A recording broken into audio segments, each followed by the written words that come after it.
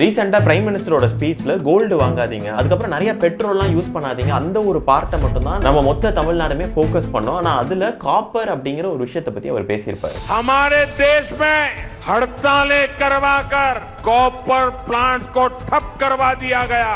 ஒரு காலத்தில் நம்ம வந்து காப்பரை எக்ஸ்போர்ட் பண்ணிட்டு இருந்தோம், ஆனால் இன்னைக்கு நம்ம காப்பரை இம்போர்ட் பண்ணிட்டு இருக்கோம்னு சொல்லியிருப்பாரு. एक समय था जब हम कॉपर एक्सपोर्ट करते थे कि अब हमें कॉपर को भी इंपोर्ट करना पड़ता है. இப்படி மற்ற நாட்டோட காப்பரை நம்பிட்டு இருக்கிறதுக்கு ஒரு பெரிய காரணம் வந்து தூத்துக்குடியில ஒரு ஃபேக்டரி இந்தியாக்கே தேவையான 40% காப்பரை ப்ரொடியூஸ் பண்ணிட்டு இருந்துச்சு. ஆனா அதுல இருந்து ஒரு டாக்ஸிக்கான கேஸ் வருது அப்படின்னு சுத்தி இருந்த மக்கள் எல்லாம் போராடி அதை மூட வச்சாங்க. Tamil Nadu government has indeed given an order to shut down the Sterlite plant in Tuticorin.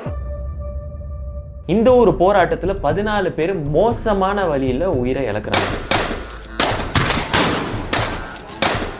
தமிழ்நாடோட ஹிஸ்டரியிலேயே இதை ஒரு கருப்பு நாளாக கருதுறாங்க. இவ்வளோ நடந்ததுக்கு அப்புறமும் சுப்ரீம் கோர்ட்ல ரீஓபன் பண்ணணும்னு போட்ட கேஸ் ரிஜெக்ட் ஆனாலும் இப்போ ஹைகோர்ட்ல அந்த கேஸ் ஓப்பன்ல இருக்கு. இந்த ஒரு பாயிண்ட்ல தான் எல்லாரையும் குழப்புற ஒரு கேள்வி வருது. அந்த ஃபேக்டரியை சுத்தி இருக்கிறவங்களோட வாழ்க்கைக்கு நம்ம முக்கியத்துவம் கொடுக்கணுமா, இல்ல நம்ம நாடோட முன்னேற்றம் தான் முக்கியம் அப்படின்னு சொல்லி அந்த ஃபேக்டரியை ரீஓபன் பண்ணுமா? இந்த ஒரு கேள்விக்கான பதிலை தேர்ந்தெடுக்கிறதுக்கான எல்லா இன்ஃபர்மேஷனையும் இந்த வீடியோல நான் உங்களுக்கு கொடுக்க போறேன். Let's find out. இந்த வீடியோவை ஸ்பான்சர் பண்ண ஊடுக்கு ஒரு பெரிய தேங்க்ஸ், அண்ட் இவங்களை பத்தி நான் அப்புறம் சொல்றேன்.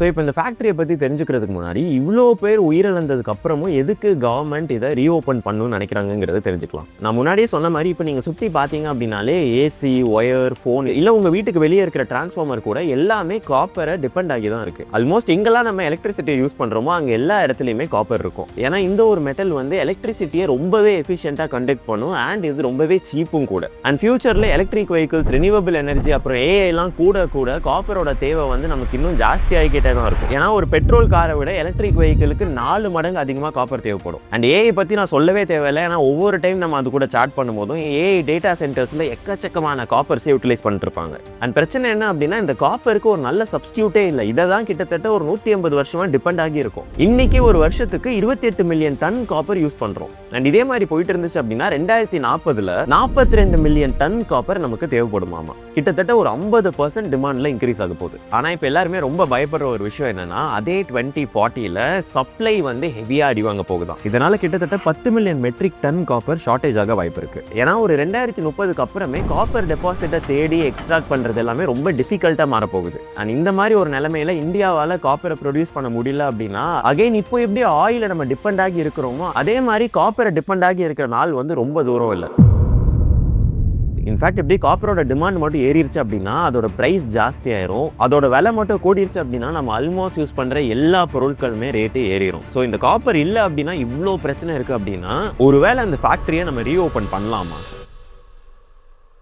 இதுக்கான பதிலை தெரிஞ்சுக்கிறதுக்கு ஃபர்ஸ்ட் அந்த ஃபேக்டரி ஸ்டெர்லைட்னு சொல்ற அந்த ஒரு ஃபேக்டரி என்ன பண்ணாங்கன்னு தெரிஞ்சுக்கலாம். நான் ஃபர்ஸ்ட் இந்த விஷயத்தை கேள்விப்பட்டப்போ ஸ்டெர்லைட்டுங்கிற ஒரு ஃபேக்டரி தூத்துக்குடியில் இருக்குது. ஸோ தூத்துக்குடியில் தான் நிறைய அந்த காப்பர் டெபாசிட், காப்பர் ராக்லாம் இருக்கும் போல. ஸோ அதனால அந்த ஃபேக்டரியை அங்கே செட்டப் பண்ணியிருக்காங்கன்னு நினைச்சேன். ஆனால் நான் நினைச்சது எல்லாமே தப்பு. ஏன்னா அங்கே மைன் பண்றதுக்கு அந்த காப்பர் ஓரே இல்லை. ஸோ காப்பர் எப்படி பண்ணுறாங்க அப்படிங்கிறத தெரிஞ்சுக்கிறதுக்கு முன்னாடி ஒரு ஸ்டெப் பின்னாடி இருந்து பார்த்தோம் அப்படின்னா எவ்வளோ பெரிய காப்பர் ஃபேக்ட்ரியாக இருந்தாலும் சரி, இல்லை ஆப்பிள், அமேசான் மாதிரி கராஜில் ஸ்டார்ட் பண்ண ஒரு சின்ன பிஸ்னஸாக இருந்தாலும் சரி, எல்லாருக்குமே பிஸ்னஸோட ஃபண்டமெண்டல் சேம். எல்லா பிஸ்னஸ்லேயும் மாறாத ஒரு விஷயம் லீட்ஸ், ஆர்டர்ஸ், கஸ்டமர்ஸ், பேமெண்ட்ஸ். இது கேட்க எவ்வளோ சிம்பிளாக இருந்தாலும் நீங்கள் பிஸ்னஸ் ரன் பண்ணியிருந்தீங்கனாலே உங்களுக்கு தெரிஞ்சிருக்கும் இது ஓவராலாக மேனேஜ் பண்ணுறது எவ்வளோ மெஸ்ஸியான ப்ராசஸ் அப்படின்னு. ஒருத்தர் இன்ஸ்டாகிராமில் மெசேஜ் பண்ணுவாங்க, இன்னொருத்தர் கால் பண்ணுவாங்க, இன்னொருத்தர் வாட்ஸ்அப்பில் பேசுவாங்க. சாயங்காலம் ஆகிறதுக்குள்ள யார் என்ன மெசேஜ் பண்ணாங்கன்னு நம்ம மறந்துடுவோம். அதுக்குள்ளே நம்ம கிடைச்ச லீடும் போயிடும். நம்ம ப்ராடக்ட் நல்லா இல்லாமல் கஸ்டமரை இழந்தா பரவாயில்ல, பட் ஒழுங்காக மேனேஜ் பண்ண முடியாமல் கஸ்டமரை இழக்கிறது அப்படிங்கிறது ரொம்பவே மோசமான விஷயம். ஸோ அந்த மாதிரி ஒரு சிச்சுவேஷன் எந்த ஒரு பிஸ்னஸ் ஓனருக்கும் வரக்கூடாது அப்படிங்கிறதுக்காக தான் ஊடு இருக்குது. பேசிக்கலி இப்படி அங்கே எங்கே நடக்கிற எல்லா கான்வர்சேஷனையும் ஒரே இடத்துல கொண்டு வரதுக்கு ஊடு சிஆர்எம் ஹெல்ப் பண்ணும். நம்ம வெப்சைட்டில் வந்தாலும் சரி, மொபைலில் வந்தாலும் சரி, இல்லை ஆட்ல வந்தாலும் சரி, எல்லா இன்கொயரியுமே ஒரே பிளேஸில் வந்து ஆட்டோமேட்டிக்காக லீடாக கன்வெர்ட் ஆயிரும். ஒவ்வொரு கஸ்டமரும் நம்ம பைப்லைனில் எந்தெந்த ப்ராசஸில் இருக்காங்கிறத நம்ம மேலே இருந்து கிளியராக பார்க்க முடியும். அதனால நம்ம வந்து கோட் அனுப்பணுமா, இல்லை ஒரு ஃபாலோ இமெயில் அனுப்பணுமா, இல்ல அந்த டீலை க்ளோஸ் பண்ணுமா அப்படிங்கிற கிளாரிட்டி வந்து அந்த ஃபவுண்டருக்கு கிளியரா இருக்கும். ரிவ்யூ, சைனிங், பேமெண்ட்னு எல்லாமே ஒரே போர்ட்டல்ல இங்க சிம்பிளா முடிச்சிருவாங்க. ஸோ நம்மளும் ஒவ்வொரு வேலைக்கும் வேற டூலை ஸ்விட்ச் பண்ணி டைம் வேஸ்ட் பண்ண வேணாம். வெறும் ஒரு யூசருக்கு 580 rupees கட்டினாலே இந்த ஊடுவை வச்சு உங்க பிசினஸை ப்ராப்பரா ஃபிக்ஸ் பண்ண முடியும். ஸோ நீங்க ஏதாச்சும் புதுசா ஸ்டார்ட் பண்ணணும்னு நினைச்சீங்கனாலோ, இல்ல உங்க பிசினஸை வந்து இன்னும் ஸ்மூதா ரன் பண்ணணும்னு நினைச்சீங்கன்னா நான் டிஸ்கிரிப்ஷன்ல கொடுத்துருக்க லிங்கை செக் பண்ணி ஊடுவை யூஸ் பண்ணிக்கோங்க. இப்போ மறுபடியும் வீடியோக்குள்ள போய் ஒரு காப்பரை எப்படி கிரியேட் பண்ணணும்னு தெரிஞ்சுக்கலாம். ஸோ ஒரு பெரிய கல்லை எப்படி அந்த ஒரு ஷைனி ஒயரா மாத்துறாங்க அப்படிங்கிறதுக்கு இந்த ஒரு 6 ஸ்டெப்பை நீங்க தெரிஞ்சுக்கணும். அதுல ஃபர்ஸ்ட் மைனிங். ஸோ இதை மைன் பண்றவங்க வந்து ட்ரில் பண்ணுவாங்க, இல்ல ஏதாவது எக்ஸ்ப்ளோசிவ் வச்சு பிளாஸ்ட் பண்ணுவாங்க. ஆனா வெறும் 1 டன் காப்பர் எடுக்கிறதுக்கே நமக்கு 200 டன் ராக் வேணும். ஏன்னா இந்த மாதிரி ஒரு ராக்ல வெறும் ஒரு 0.5% தான் காப்பர் இருக்கும். ஸோ இங்க தான் ஃபர்ஸ்ட் பிரச்சனை, நம்ம கிட்ட அந்த காப்பர் ஓரே அவ்வளோ இல்ல. நெக்ஸ்ட் ஸ்டெப்ல கிரைண்டர்ஸ், கிரஷர்ஸ்லாம் வச்சு அந்த பெரிய கல்லை கிரஷ் பண்ணி பவுடரா மாத்துவாங்க. அடுத்த ஸ்டெப் வந்து ஃப்ளோட்டேஷன். இதுல வந்து அந்த பவுடர் கூட வாட்டர் சேர்த்து கொஞ்சம் ஸ்பெஷல் கெமிக்கல்ஸ்லாம் ஆட் பண்ணி கீழ இருந்து ஏர் பம்ப் பண்ணுவாங்க. சோ இதுல ஃபார்ம் ஆகுற அந்த ஏர் பபிள்ஸ் கூட காப்பர் ஒட்டி மேல வந்துரும். இப்போ மேல ஃபோம் மாதிரி வந்த இந்த ஒரு பார்ட்டிகல் தான் நம்ம வந்து காப்பர் கான்சென்ட்ரேட் அப்படின்னு சொல்லுவோம். 4வது ஸ்டெப் வந்து ஸ்மெல்டிங். சோ நம்ம கிட்ட இருக்கிற அந்த காப்பர் கான்சென்ட்ரேட்டை ஒரு ஃபர்னேஸ்ல போட்டு ஒரு 1200 டிகிரி செல்சியஸ்ல அதை ஹீட் பண்ணும்போது அப்படியே அந்த காப்பர் உருகி கீழே வரும். இது பண்ணும்போது அயன் ஸ்லாக் கிரியேட் ஆகும். அண்ட் அதை தாண்டி இதுல இருக்கிற சல்ஃபர்லாம் அப்படியே கேஸா வெளியே வரும். இந்த கேஸை தான் சல்ஃபர் டை ஆக்சைடுன்னு சொல்லுவோம். இந்த ஸ்டெப்ல கரெக்டா புரிஞ்சுக்க வேண்டியது, இந்த ஸ்மெல்டிங் அப்படிங்கிற ப்ராசஸ்ல தான் அந்த சல்ஃபர் டை ஆக்சைடுங்கிறது ரிலீஸ் ஆகுது. நெக்ஸ்ட் ஸ்டெப் வந்து கன்வெர்ட்டிங். 98% பியூரா இருக்கு. சோ இன்னும் கொஞ்சம் இம்பியூரிட்டிஸ் இருக்கிறதுனால அதையும் வந்து ஆக்சிஜன் வச்சு ரிமூவ் பண்ணுவாங்க. இப்போ அது 99.5% பியூர் ஆயிரும். அண்ட் இந்த ப்ராசஸ்லயும் அந்த SO2 சல்ஃபர் டை ஆக்சைடு வந்து ரிலீஸ் ஆகும். அண்ட் லாஸ்ட் ஸ்டெப் வந்து எலக்ட்ரோலைசிஸ். இதுல தான் அந்த ஒரு ஃபைனல் பாலிஷிங் பண்ணுவாங்க.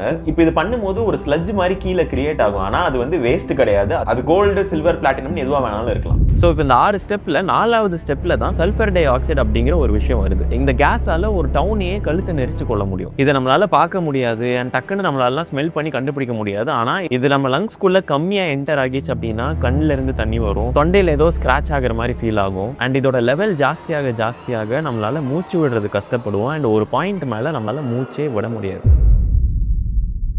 ஸோ நான் என்ன நினச்சேன் அப்படின்னா, இந்த ஸ்டெர்லைட் ஃபேக்ட்ரியில் இவங்களே வந்து மைன் பண்ணி அந்த காப்பரெல்லாம் எக்ஸ்ட்ராக்ட் பண்ணுவாங்க அப்படின்னு நினச்சேன். ஆனால் நான் சொன்ன இந்த 6 ஸ்டெப்பில் இவங்க 4வது ஸ்டெப்பில் இருந்து தான் பண்ணவே ஆரம்பிக்கிறாங்க. ஸோ மொதல் 3 ஸ்டெப்புமே வந்து சிலே, பேரு, ஆஸ்திரேலியா மாதிரி கண்ட்ரீஸில் முடிஞ்சு அதில் கிடைக்கிற அந்த காப்பர் கான்சென்ட்ரேட், அந்த ஒரு காப்பர் கான்சென்ட்ரேட் தான் இங்கே இம்போர்ட் பண்ணுறாங்க. அதுக்கப்புறம் நடக்கிற ஸ்மெல்டிங் அப்படிங்கிற ப்ராசஸ் தான் இந்த ஃபேக்ட்ரிக்குள்ளே நடக்க ஆரம்பிக்குது. இவங்களோட பீக் டைமில் இந்தியாவோட 40% காப்பர் வந்து இங்கேருந்து தான் அனுப்புனாங்க. ஒரு பாயிண்ட்ல 2500லேருந்து 3500 பேருக்கு வேலை போட்டு கொடுத்தாங்க. டிரான்ஸ்போர்ட் சப்ளை எல்லாம் சேர்த்தா அது ஒரு 20,000 எம்ப்ளாயிஸ் கிட்ட வேலை கொடுத்துருக்காங்க. ஏன் இந்தியாவிலே முதல் ஸ்டெப்ல இருந்து நிறைய கிரியேட் பண்ண முடியல அப்படின்னா, நம்ம கிட்ட நேச்சுரலாவே இந்த காப்பர் டெபாசிட் ஆகிற ரிசோர்ஸ் வந்து பெருசா இல்ல. ஸோ அதுல கஷ்டப்படுறதுக்கு பதிலாக இந்த மாதிரி ஒரு காப்பர் கான்சென்ட்ரேட்டை மற்ற கண்ட்ரீஸ்ல இருந்து இம்போர்ட் பண்ணி நம்ம அதுக்கப்புறம் வேலை பார்க்கறது வந்து நமக்கு ஒரு பெட்டரான ரூட்டா தெரிஞ்சிச்சு. பட் எனக்கு என்ன கேள்வி அப்படின்னா, இப்படி ஒரு இந்தியாக்கே காப்பர் சப்ளை பண்ற ஒரு இது வந்து எதுக்காக அவங்க தூத்துக்குடியை சூஸ் பண்ணாங்க?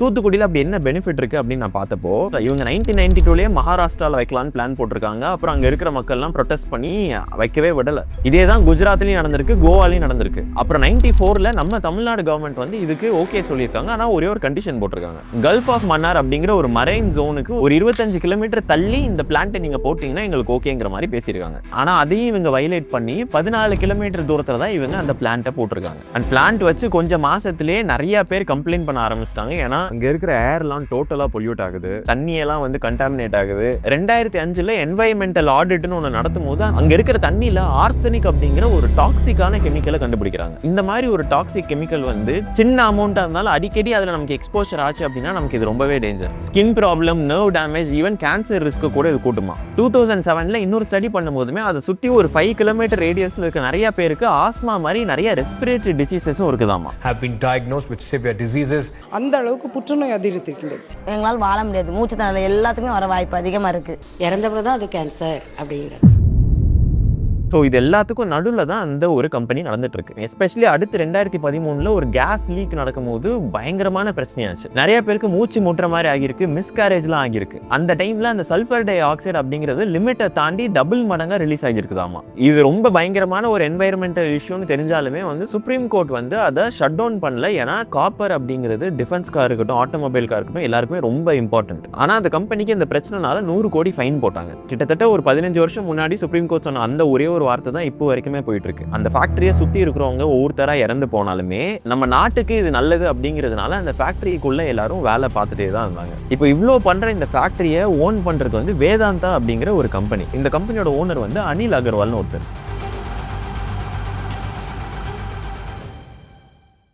இவர் வந்து ஒரு மைனிங் மேக்னேட்னு சொல்றாங்க. நிறைய கவர்மெண்ட் கம்பெனிஸே கம்மி பிரைஸ்ல அக்வயர் பண்ணி வச்சிருக்காரு. இதெல்லாம் சக்சஸ்ஃபுல்லா பண்ணிட்டு அதுக்கப்புறம் லண்டன்ல போய் அந்த வேதாந்தா அப்படிங்கிற கம்பெனியை லண்டன் ஸ்டாக் எக்ஸ்சேஞ்சில் லிஸ்ட் பண்றாரு. ஸோ என்னதான் இங்க இருக்கிற நிலத்துல இங்க இருக்கிற மக்கள் இங்க இருக்கிற பாப்புலேஷன் வேலை பார்த்தாலும் ப்ராஃபிட் எல்லாமே லண்டனுக்கு தான் போயிட்டு இருந்துச்சு. ஸோ இவங்க தூத்துக்குடியில் வச்ச இந்த ஸ்டெர்லைட் பிளான்ட்ல இவ்வளோ அசம்பாவிதம் நடந்தது வந்து வெறும் ஆக்சிடென்ட்லாம் இல்லை. ஏன்னா இவங்க ஆல்ரெடி நிறைய இடத்துல இந்த மாதிரி காப்பர் ப்ரொடியூஸ் பண்றேங்கிற பேர்ல சுத்தி இருக்கிற இடத்தெல்லாம் அஃபெக்ட் பண்ணி அங்க இருக்கிற மக்கள் இந்த கம்பெனியை எதிர்த்து போராடி இவங்களை வெளியே அனுப்பியிருக்காங்க. அண்ட் இவங்க மேல நிறைய கேசஸ்லாம் இருக்கு. ஸோ இந்த கம்பெனிக்கு இதுதான் வந்து ஒரு முதல் மிஸ்டேக் அப்படின்லாம் சொல்ல முடியாது. இது வந்து அவங்க கிட்ட இருக்கிற ஒரு பேட்டர்ன். ஸோ கிட்டத்தட்ட 20 வருஷமாக இது சுற்றி இருந்த மக்கள் வந்து இதனால் கஷ்டப்பட்டு இதுக்காக போராடிட்டு இருந்தாலும் 2018 எல்லாமே ரொம்ப மோசமாச்சு. ஏன்னா ஒரு வருஷத்துக்கு 4 லட்சம் டன் காப்பர் ப்ரொடியூஸ் பண்ணிருந்த வேதாந்தா அப்படிங்கிற இந்த கம்பெனி 8 லட்சம் டன் காப்பர் ப்ரொடியூஸ் பண்ணலாங்கிற ஒரு பிளானை சொல்கிறாங்க. இப்போ உற்பத்தி பண்ணுறது டபுளாக மாற்றினாங்க அப்படின்னா அதுலேருந்து வர அந்த டாக்ஸிக் கேஸஸும் டபுளாக மாறும். இதை கேட்ட உடனே 12 February அன்னைக்கு எல்லாருமே ராப்பகலாக இருந்து போராடுறாங்க. மீனவ மக்கள், பெண்கள், குழந்தைங்க, விவசாயிங்கன்னு எல்லாருமே சேர்ந்து அவங்களால முடிஞ்சதை வச்சு 100 நாள் போராடுறாங்க. எல்லாருமே இதுக்கு மேலே எங்களால் தாங்கிக்க முடியாது, போதும், இதை நிறுத்துங்கன்னு கெஞ்சுறாங்க. தமிழ்நாட்டிலேருந்து நிறைய பொலிட்டிக்கல் பார்ட்டிஸும் இதில் சேர்ந்து போராடும் போது இந்த இஷ்யூ வந்து ரொம்பவே இன்டென்சிஃபை ஆச்சு. கிட்டத்தட்ட ஒரு 20,000 மக்கள் கலெக்டரேட்டை நோக்கி மார்ச் பண்ணுறாங்க. போலீஸ் இதை தடுக்கிறதுக்கு நிறைய பேரிகேட்லாம் வைக்கிறாங்க. ஸோ சுற்றி இருக்கிற மக்கள்லாம் இதில் வரக்கூடாதுன்னு லத்தியை வச்சு அடிக்கிறாங்க. அவங்களால என்ன பண்ண முடியுமோ பண்ணுறாங்க. ஆனால் அவங்களால மக்களை தடுக்கவே முடியல. ஸோ கடைசியாக எதுவுமே வேலைக்காகல அப்படின்னு எந்த ஒரு வார்னிங்குமே இல்லாமல் பொது மக்களை சுட ஆரம்பிச்சாங்க. இன்னைக்கு வரைக்கும் தமிழ்நாடோட ஹிஸ்ட்ரியில் இது வந்து ஒரு டார்க்கஸ்டான டே. அங்கே இருந்த ஐ விட்னஸ் என்ன சொல்கிறாங்க அப்படின்னா போலீஸ்லாம் ஒரு வேன் மேலே ஒரு நீளமான ரைஃபிளை வச்சு சுட ஆரம்பிச்சிட்டாங்கிறாங்க. அந்த ஒரு நாளில் 12 பேர் இறந்து போகிறாங்க. அடுத்த நாள் இன்னொருத்தர் இறந்து போகிறாரு. இவங்களில் ஒருத்தர் ஒரு 17 வயசு ஸ்கூல் போகிற பையன். இன்னொருத்தர் லத்தியில் அடி வாங்கினதுனால கோமா போய் அதுக்கப்புறம் இறந்து போயிருக்காரு. ஸோ மொத்தமாக இதனால 14 பேர் இறந்தாங்க. அண்ட் 102 பேருக்கு மேலே இங்கே இன்ஜுரி ஆகியிருக்கு. இந்த மாதிரி ஒரு சம்பவம் நடந்து 6 நாளில் அந்த ஃபேக்ட்ரியை க்ளோஸ் பண்ணாங்க. ஆனால் அதை பார்க்குறதுக்கு இந்த ஒரு 14 பேர் இல்லை. கவர்மெண்ட்டே அந்த ஒரு 5 நாளைக்கு அங்கே இருக்கிற இன்டர்நெட் எல்லாமே கட் பண்ணிட்டாங்க. அடுத்த 6வது நாளில் 28th May அன்னைக்கு தான் இதுக்கு ஒரு பெர்மனண்டான க்ளோஷர் கிடைச்சது. அண்ட் யுனைடெட் நேஷன்ஸே இவங்க சுட்டது வந்து ரொம்ப பெரிய தப்பு அப்படின்னு சொன்னாங்க. Police resorted to firing with live ammunition without any prayer warning at the peaceful crowd. இது ஏன் இப்படி பண்ணாங்கன்னு நான் புரிஞ்சுக்க நினைச்சப்போ எனக்கு கிடைச்சது இது ஒரு தாசில்தார் ஆர்டர் கொடுத்தாங்கிறதுனால இப்படி சுட்டாங்க அப்படின்னு சொல்றாங்க. ஆனா இந்தியன் லா படி இந்த மாதிரி ஒரு ஆர்டர் கொடுக்கறதுக்கு கலெக்டருக்கு மட்டும்தான் உரிமை இருக்கு. இப்படி ஒரு விஷயம் நடந்ததுக்கு அப்புறம் அடுத்த 6 வருஷம் 6 லீகல் ரவுண்ட் வேதாந்தா போனாங்க. ஆனா எதுவுமே அவங்களுக்கு ஃபேவரபிளா முடியல. Madras High Court has dismissed petitions of Vedanta for reopening of the plant in southern Tamil Nadu. சரி, இப்போவாச்சும் அவங்க வேற இடத்துக்கு போவாங்க அப்படின்னு பார்த்தா அவங்க வேற இடத்துக்கு போகல. பட் வேற ப்ராடக்டை இப்போ கொண்டு வரேன்னு சொல்றாங்க. அது என்ன அப்படின்னா green copper. So basically green copper அப்படின்னா என்னென்னா நாங்கள் வந்து ரீசைக்கிள்டு காப்பர் யூஸ் பண்ணுறோம். அண்ட் ஓவராலாக நாங்கள் ஜெர்மனி, ஸ்வீடனில் இருந்தெல்லாம் டெக்னாலஜி யூஸ் பண்ணி இந்த ப்ராசஸையே வந்து இன்னும் எஃபிஷியண்ட்டாக மாற்றுறோம். ஸோ டாக்ஸிக் கேஸஸ்லாம் முன்ன விட இப்போ கம்மியாக வரும். அண்ட் அவங்க சொன்ன மாதிரி அந்த 8 லட்சம் டன் காப்பர்லாம் இனிமேல் நாங்கள் பண்ண போகிறதில்ல, பழைய மாதிரி 4 லட்சம் டன் காப்பர் மட்டுமே நாங்கள் பண்ணுறோம் அப்படின்னு ப்ரப்போஸ் பண்ணுறாங்க. இன்ஃபேக்ட் இந்த ஒரு கிரீன் காப்பர் மெத்தட் தான் சைனாவுமே பண்ணுறாங்க. நிறைய கண்ட்ரீஸுமே இதுதான் எதிர்பார்க்க ஆரம்பிச்சிட்டாங்க. ஆனால் நம்ம என்ன பண்ணாலும் இந்த காப்பரை நம்ம ப்ரொடியூஸ் பண்ணும்போது சல்ஃபர் டை ஆக்சைடு ரிலீஸ் ஆக தான் போகுது, ஆர்சனிக் வரதான் போகுது. ஸோ இது வந்து எலிமினேட் பண்ணல, பட் கொஞ்சம் ரெடியூஸ் பண்ணணும், அவ்வளோதான். ஸோ இப்போ எல்லாருமே கேட்குற அந்த ஒரு பதில் என்னன்னா நம்ம நாட்டுக்கு நல்லது அப்படின்னு சொல்லி இதை நம்ம கண்டினியூ பண்ணுமா, இல்லை அந்த ஸ்டேட்டில் இவ்வளோ பேரோட உயிர் அதில் பாதிக்கப்படுது அப்படின்னு சொல்லி அந்த ஸ்டேட்டுக்கு ஏற்ற மாதிரி இதில் ஒரு டெசிஷன் எடுக்கணுமா அப்படிங்கிறது தான். இந்த ஒரு கேஸ் வந்து இப்போ வரைக்கும் போய்கிட்டே தான் இருக்கு. இன்ஃபேக்ட் ரீசெண்டாக நம்மளோட பிரைம் மினிஸ்டரோட ஸ்பீச்சை கேட்டாலும் இதை பற்றி மென்ஷன் பண்ணியிருப்பாரு. एक समय था जब हम कॉपर एक्सपोर्ट करते थे, हमारे देश में हड़तालें करवाकर कॉपर प्लांट्स को ठप करवा दिया गया और अब हालत ये हो गई कि हमें कॉपर बाहर से मंगाना पड़ता है. இந்த ஃபேக்டரியோட பேரை சொல்லலை அப்படின்னாலும் அவர் எது நாட்டுக்கு நல்லதோ அதுதான் நம்ம பண்ணணும் அப்படிங்கிற மாதிரி சொல்லியிருப்பாரு. मैं देश की अदालतों से भी आग्रह करूंगा कि ऐसी स्थिति आने पर देश हित में हमें कोई न कोई रास्ता निकालने की तरफ बढ़ना चाहिए. மீடியா இவர் எக்ஸாக்டாக எதை சொல்ல வராங்க அப்படிங்கிறத பேச ஆரம்பிச்சிட்டாங்க. இப்போ ஆக்சுவலாக இந்த காப்பர் ப்ரொடியூஸ் பண்ணுறதுல நம்ம நாடு எங்கே இருக்குது அப்படின்னு பார்த்தோம்னா 2018 வரைக்குமே நம்ம காப்பரை எக்ஸ்போர்ட்லாம் பண்ணிட்டு இருந்தோம். பட் இந்த பிரச்சனைக்கு அப்புறம் நம்மளால நிறைய காப்பர் ப்ரொடியூஸ் பண்ண முடியாததுனால நம்ம நிறைய இம்போர்ட் பண்ண ஆரம்பிச்சிட்டோம். நம்மளோட இம்போர்ட் ரேட் வந்து பயங்கரமாக ஏறிடுச்சு. எஸ்பெஷலி இப்போ ஈவிலாம் வருஷத்துக்கு வருஷம் க்ரோ ஆகுறதுனால காப்பரோட தேவை இன்னுமே ஜாஸ்தி ஆகிட்டே தான் இருக்கும். ஸோ கிட்டத்தட்ட நம்ம நாட்டுக்கு 40% காப்பர் ப்ரொடியூஸ் பண்ண இந்த ஒரு ஃபேக்டரியை வந்து ஓப்பன் பண்ணணும் அப்படிங்கிற அந்த ஒரு கேஸ் ஃபைல் வந்து இப்போ ரீஓப்பன் ஆகுது. That the Vedanta Group its plans to reopen the factory. And especially ஏன் இப்போ இதை ரீஓப்பன் பண்ணும் அப்படின்னு இருக்காங்கன்னு நான் பார்த்தப்போ, வேதாந்தா அப்படிங்கிற அந்த கம்பெனி வந்து நான் சொன்னல லண்டன் ஸ்டாக் எக்ஸ்சேஞ்சில் லிஸ்ட் ஆகியிருக்கு. ஸோ அங்கே ஒரு ரிப்போர்ட் பார்க்கும்போது அந்த கம்பெனி ஆல்ரெடி நிறைய கடனில் இருக்கு. ஸோ அதெல்லாம் மேட்ச் பண்ணுறதுக்கு இங்கே இந்தியன் பிஸ்னஸ்லேருந்து வர காசு தான் அங்கே போட்டு மேனேஜ் பண்ணிட்டு இருக்காங்க. ஸோ என்னதான் ஒரு பக்கம் வேதாந்தா வந்து நேஷனல் இன்ட்ரெஸ்ட் அப்படின்னு இதை பொசிஷன் பண்ணாலும், இது ஆக்சுவலாகவே நம்ம நாட்டுக்கு காப்பர் வேணுங்கிறதுக்காக தான் பண்ணுறாங்களா, இல்லை இதுக்கு பின்னாடி ஒரு ப்ராஃபிட்டபிலிட்டிக்கான ஒரு திங்கிங்கும் இருக்கான்னு தெரியல. இவங்க என்னதான் திருப்பி ட்ரை பண்ணாலும் கோர்ட் வந்து இவங்கள அலோவ் பண்ணவே இல்லை. ஏன்னா இன்னுமே அவங்க மேலே வச்ச முக்கியமான ஒரு குற்றச்சாட்டு அப்படியே தான் இருக்கு. அந்த ஃபேக்டரி 25 கிலோமீட்டர் தள்ளி கட்டியிருக்கணும், ஆனால் வெறும் 14 கிலோமீட்டர் தள்ளி தான் இருக்குது இன்னும். ஸோ இந்த மாதிரி டைம்ல இந்தியாவுக்கு காப்பர் ரொம்பவே தேவை. இந்த ஒரு ஃபேக்டரியை ரீஓப்பன் பண்றது தான் ஒரே வழியா. மற்ற நாடுகள்லாம் என்ன பண்ணியிருக்காங்க அப்படின்னு நான் ரீசர்ச் பண்ணி பார்க்கும்போது, எல்லாருமே வந்து இந்தியாவால் பண்ண முடியாத சில விஷயங்களை அவங்க ஆல்ரெடி பண்ணி வச்சிருக்காங்க. ஃபார் எக்ஸாம்பிள் சைனாலாம் உலகத்திலே காப்பர் ப்ரொடக்ஷன்ல 4வது இடத்துல இருக்காங்க. இவங்க கிட்ட காப்பரை மைன் பண்றதுக்கு காப்பர் டெபாசிட் இருக்கு. அட் த சேம் டைம் நல்லா காப்பரை ரீசைக்கிளும் பண்றாங்க. அண்ட் மற்றவங்களை விடலாம் இவங்க காப்பர் நிறைய பண்ணணும் அப்படின்னு ஆப்பிரிக்கா, பெரு, சீலே மாதிரி கண்ட்ரீஸ்லாம் எங்கெல்லாம் காப்பர் ஓர் பேசிக்லி நிறைய கிரியேட் ஆகுதோ இவங்க கிட்ட எல்லாம் ஒரு டீல் லாக் பண்ணி ரா மெட்டீரியல் இவங்க பக்கம் எடுத்துக்கிறாங்க. ஆனா நம்ம கிட்ட அவங்க அளவுக்கு காப்பர் டெபாசிட்டும் இல்லை, அண்ட் இந்த அளவுக்கு இம்போர்ட் பண்றதுக்கு ஃபண்டும் இருக்காது. இன்னொரு பக்கம் பார்த்தா ஜப்பானுமே நம்மள மாதிரி தான், அவங்களுக்கும் பெருசா காப்பரை மைன் பண்ற அளவுக்கு டெபாசிட் அங்க இல்லை. ஆனா அவங்க தெளிவா பழைய போன், லேப்டாப், எலக்ட்ரானிக் வேஸ்ட் எல்லாத்துல இருந்தும் காப்பரை எடுத்து ரீசைக்கிள் பண்ணி இந்த ப்ராசஸ் மூலமா நிறைய காப்பரை கிரியேட் பண்ணிருக்காங்க. இது பேர் வந்து அர்பன் மைனிங்னு சொல்றாங்க. ஆனா இந்தியால இதை விட நிறைய எலக்ட்ரானிக் வேஸ்ட் இருந்தாலும் நம்ம கிட்ட அதை கரெக்டா செக்ரிகேட் பண்ணி அதை மேனேஜ் பண்ணி இந்த ஸ்கேல்ல ரீசைக்கிள் பண்ற அளவுக்கு நம்ம கிட்ட இன்ஃப்ராஸ்ட்ரக்சரோ சிஸ்டமோ இல்லை. ஸோ அவங்களோட குப்பையெல்லாம் ஒரு காப்பர் மைனா மாற்றும் போது நம்மளோட குப்பையை நம்ம அப்படியே அழுக விட்டுட்டோம். ஸோ ஒவ்வொரு கண்ட்ரியும் அவங்களுக்கு எது இருக்கு எது இல்லைங்கிறத புரிஞ்சுக்கிட்டு அதுக்கேற்ற மாதிரி காப்பரை கிரியேட் பண்ணிருக்காங்க. ஏன்னா எல்லாருக்குமே தெரியும் ஒரு பாயிண்ட்ல இந்த காப்பர் அப்படிங்கிற ஒரு மெட்டல் வந்து ஒரு பெரிய பவரா மாறப்போகுது அப்படின்னு. ஆனா அதே சமயத்துல இங்க எப்படி தூத்துக்குடியில அந்த SO2 கேஸ்னால சுத்தி இருக்கிறவங்களாம் பாதிக்கப்பட்டாங்களோ அதே மாதிரி மற்ற கண்ட்ரீஸ்லயும் இந்த எஃபெக்ட் இருந்திருக்கணும் தானே. அவங்க எப்படி இந்த டாக்ஸிக்கான ஒரு கேஸ்ல இருந்து தப்பிச்சாங்க அப்படின்னு நான் பார்க்க ஆரம்பிச்சேன். அண்ட் அதுக்கப்புறம் தான் புரிஞ்சுக்கிட்டேன் எல்லா கண்ட்ரிலுமே இந்த ஒரு கேஸ்னால அஃபெக்ட் ஆகிட்டு தான் இருக்காங்க. எல்லாருமே இதை எதிர்த்து ஃபைட் பண்ணணும்னு ட்ரை பண்ணிட்டு தான் இருக்காங்க. இன்ஃபேக்ட் இதை மைண்ட் பண்ற பெரு அப்படிங்கிற ஒரு கண்ட்ரிலலாம் நிறைய டாக்ஸிக் கேஸஸ் ரிலீஸ் ஆயிருக்கான். ஆனா என்ன ஒரு டிஃபரன்ஸை நான் பார்த்தேன் அப்படின்னா, நிறைய கண்ட்ரிஸ் வந்து இந்த டாக்ஸிக் கேஸை கேப்சர் பண்ணி கான்டாக்ட் ப்ராசஸ் அப்படிங்கிற ஒரு கெமிக்கல் ப்ராசஸ் மூலமா இதை சல்ஃபியூரிக் ஆசிடா மாத்துறாங்களாம். சல்ஃபியூரிக் ஆசிட் அப்படிங்கிற இந்த ஒரு கெமிக்கல் வந்து ரொம்பவே யூஸ்ஃபுல். இதை வந்து பேட்டரி, ஃபர்டிலைசர்ஸ், டிட்டர்ஜென்ட்ஸ் நிறைய இடத்துல யூஸ் பண்ணுவாங்க. ஸோ பேசிக்லி இப்படி ஒரு பாய்சனஸ் கேஸை கூட ஒரு ப்ராடக்டாக மாற்றுறதுக்கான சான்ஸும் இருக்கு. ஜப்பான் தான் இதை ரொம்பவே எஃபிஷியண்டாக பண்ணுறாங்களாமா. கிட்டத்தட்ட 91 to 99% SO2 கேப்சர் பண்ணி அதை மாற்றிடுறாங்களாம். அண்ட் இவ்வளோ கான்ட்ரவர்ஷியலாக இருக்கிற இந்த ஒரு ஸ்டெர்லைட் ஃபேக்டரியிலுமே இந்த ஒரு ப்ராசஸை பண்ணியிருக்காங்க. அவங்களும் SO2 சல்ஃபியூரிக் ஆசிடாக மாற்றிருக்காங்க. ஆனால் கேள்வி என்ன அப்படின்னா, எந்த அளவுக்கு கேஸை அவங்க கேப்சர் பண்ணி அதை யூஸ்ஃபுல்லாக மாற்றுறாங்க, வெளியே இருந்து யாருமே பார்க்காதப்போ எவ்வளோ கரெக்டாக அந்த ஃபேக்டரி அவங்க ரன் பண்ணியிருக்காங்க. மற்ற கண்ட்ரிலெலாம் ஸ்ட்ரிக்டான என்ஃபோர்ஸ்மெண்ட் இருக்கும்போது இவங்க எத்தனை டைம் இவங்களுக்கு கொடுத்ததை வயலேட் பண்ணியிருக்காங்க. ஸோ இது வெறும் ஒரு கேஸ்னால வந்த பிரச்சனையை தாண்டி இங்கே மக்களுக்கு அந்த ஃபேக்டரி மேலே நம்பிக்கையே இழந்துட்டாங்க. அண்ட் கவர்மெண்ட்டுக்கும் இது ஆல்ரெடி தெரியும் அப்படின்னு நான் நம்புறேன். ஏன்னா அவங்களுமே வேற ஆக்ஷன்ஸும் எடுக்க ஆரம்பிச்சிட்டாங்க. ஃபார் எக்ஸாம்பிள் அவங்களும் சிலை பேரு மாதிரி கண்ட்ரிஸ் கிட்ட ரா மெட்டீரியல் இம்போர்ட் பண்ண ஆரம்பிச்சிட்டாங்க. அப்புறம் அந்த ஸ்மெல்டிங் ப்ராசஸ் பண்ணுறதுக்கு நிறைய ஃபாரின் கம்பெனிஸும் இங்கே உள்ளே இன்வைட் பண்ணிட்டு இருக்காங்க. ஸோ வெறும் தூத்துக்குடியை தாண்டி அடுத்த பிளானுக்கு போயிட்டாங்க. ஸோ இப்போ என்ன பண்ணாலும் அதே விஷயத்தை திருப்பி கண்டினியூ பண்ண முடியாது அப்படின்னு சொல்லி சுப்ரீம் கோர்ட் ரிஜெக்ட் பண்ணாலும், நான் முன்னாடி சொன்ன மாதிரி கிரீன் காப்பர் அப்படிங்கிற ஒரு புது ப்ராடக்டோட அவங்க ஹைகோர்ட்ல இந்த கேஸை ஓப்பன் பண்ணியிருக்காங்க. அண்ட் இது இன்னுமே ஓப்பன்ல தான் இருக்கு. எங்களோட ப்ராசஸை சயின்டிஃபிக்கா இவால்வேட் பண்ணி தீர்ப்பு கொடுங்க அப்படிங்கிறாங்க. ஸோ நம்ம நேஷனோட இன்ட்ரெஸ்ட் எங்க இருக்கும்? இந்த ஸ்டெர்லைட் ஃபேக்டரியை ரீஓப்பன் பண்ணி நிறைய காப்பரும் ப்ரொடியூஸ் பண்ணி அட் த சேம் டைம் லண்டன்ல இருக்கிற அந்த பிசினஸ் மேனோட கடன் அடைக்கிறது இல்லையா, இல்ல அந்த ஃபேக்டரியை சுத்தி மூச்சு திணறாம வாழணும் அப்படின்னு நினைக்கிற அந்த மக்களோடயா?